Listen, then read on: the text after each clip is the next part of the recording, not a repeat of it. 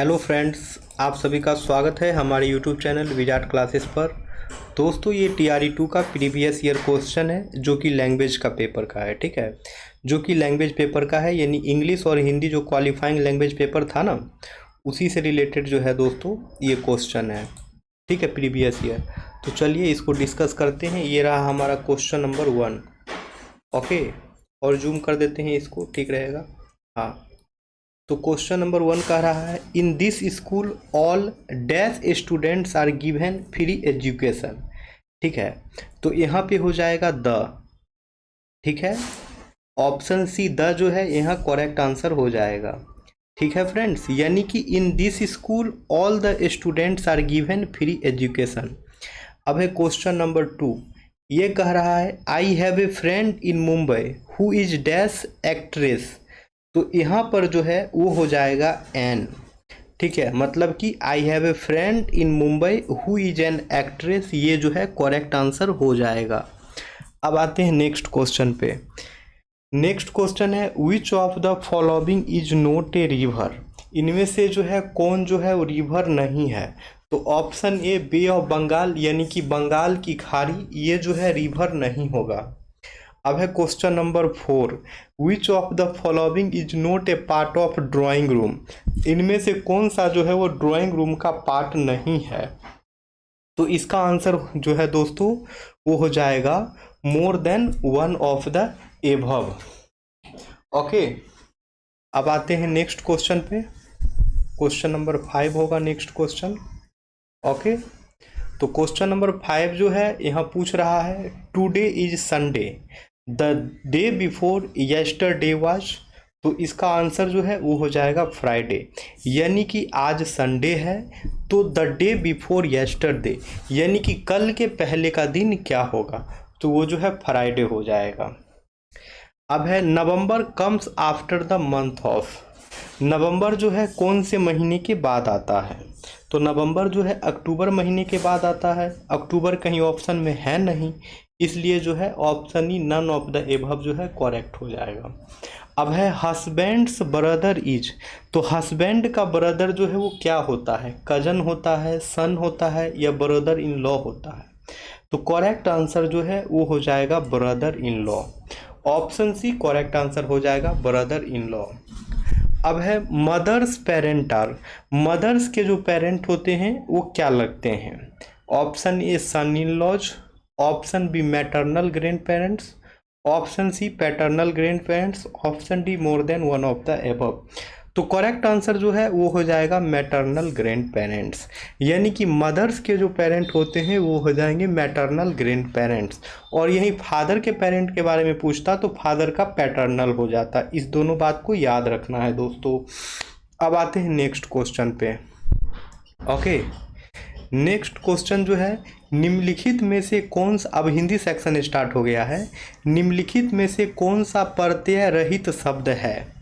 ठीक है, निम्नलिखित में से कौन सा शब्द जो है प्रत्यय रहित शब्द है।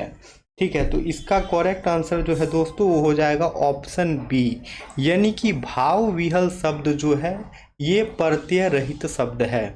अब है, भाषा की उपयुक्त परिभाषा है। अब है, भाषा की उपयुक्त परिभाषा है।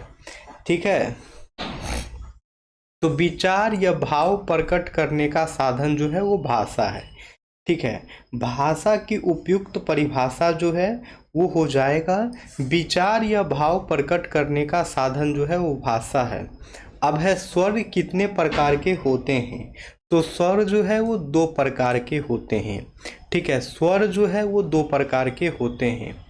अब है यहाँ पे, ह्रस्व स्वर कौन सा है। इनमें से जो है ह्रस्व स्वर कौन सा है। तो अ शब्द जो है वो ह्रस्व स्वर हो जाएगा। ठीक है, अ शब्द जो है वो ह्रस्व स्वर हो जाएगा। अब आते हैं दोस्तों नेक्स्ट क्वेश्चन पे। ठीक है, नेक्स्ट क्वेश्चन है, उच्चारण के आधार पर जो है व्यंजनों का वर्गीकरण कितने भागों में किया जा सकता है। तो इसका आंसर जो है वो हो जाएगा 8, यानी उच्चारण के आधार पर जो है व्यंजनों का वर्गीकरण जो है 8 भागों में किया जा सकता है। अब है, अल्प प्राण ध्वनि कौन सी है। अल्प प्राण ध्वनि जो है वो हो जाएगा चौ। ठीक है, अल्प प्राण ध्वनि जो है वो हो जाएगा चौ। अब है घोष ध्वनि कौन सी है? ठीक है, तो घोष ध्वनि जो है ये हो जाएगा उपरोक्त में से एक से अधिक। अब है स्पर्शी व्यंजन है, तो स्पर्शी व्यंजन जो है ये भी हो जाएगा उपरोक्त में से एक से अधिक। ठीक है दोस्तों, अब आते हैं नेक्स्ट क्वेश्चन पे। अब यहाँ पे है अग्री शब्द का विशेषण क्या होगा? अग्री शब्द का विशेषण क्या होगा? तो इसका विशेषण जो है वो आग्रह हो जाएगा। अग्री शब्द का विशेषण जो है वो आग्रह हो जाएगा। अब है प्रकंपी व्यंजन इनमें से कौन है? तो प्रकंपी व्यंजन जो है वो हो जाएगा option C raw. Option C raw जो है वो जो दोस्तों वो हो जाएगा प्रकंपी व्यंजन। अब है अर्ध स्वर कौन सा है? इनमें से जो है अर्ध स्वर कौन सा है? तो उपरोक्त में से एक से अधिक हो जाएगा। अब है चवर का व्यंजन जो है वो क्या होगा? तो चवर का व्यंजन जो है उपरोक्त में से एक से अधिक हो जाएगा। ओके फ्रेंड, अब आते हैं फिर नेक्स्ट क्वेश्चन पे। यहाँ पे है क केकी, ख विहंग, गौ खग, घ पीक विकल्पों में से कौन सा युग्म पक्षी के पर्याय का है? ठीक है, तो करेक्ट आंसर जो है दोस्तों वो हो जाएगा ऑप्शन बी, ख और गौ, यानी कि खग और विहंग जो है वो पक्षी का जो है पर्याय हो जाएगा। ठीक है, खग और विहंग जो है पक्षी का जो है पर्याय हो जाएगा।